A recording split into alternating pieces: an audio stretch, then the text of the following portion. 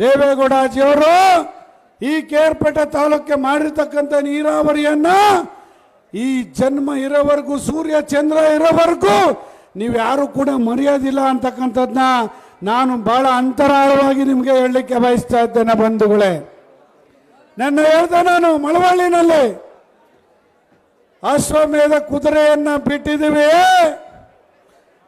ತಾಕತ್ತಿದ್ದಾರೆ ಯಾರಾದ್ರೂ ಕಟ್ಟಾಕ್ರಿ ಅಂತ ಹೇಳಿದ್ದೀನಿ ನಾನು. ಯಾರು ಅಶ್ವಮೇಧ ಕುದುರೆ?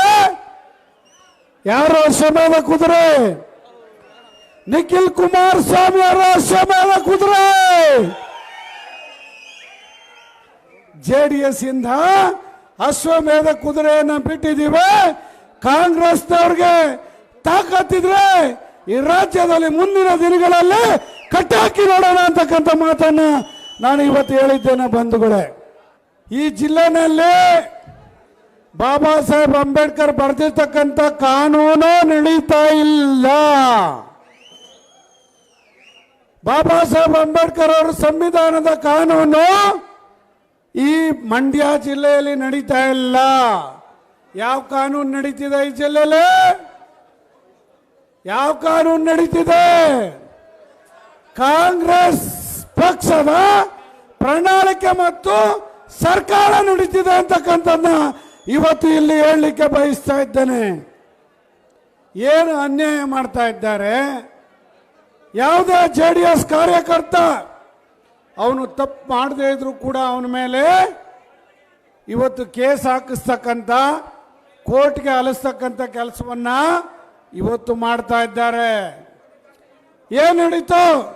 ಕತ್ತರಘಟ್ಟ ಗ್ರಾಮದ ನಿಮ್ಗೆ ನೆನಪು ಮಾಡಿಕೊಡ್ಲಿಕ್ಕೆ ಬಯಸ್ತೇನೆ.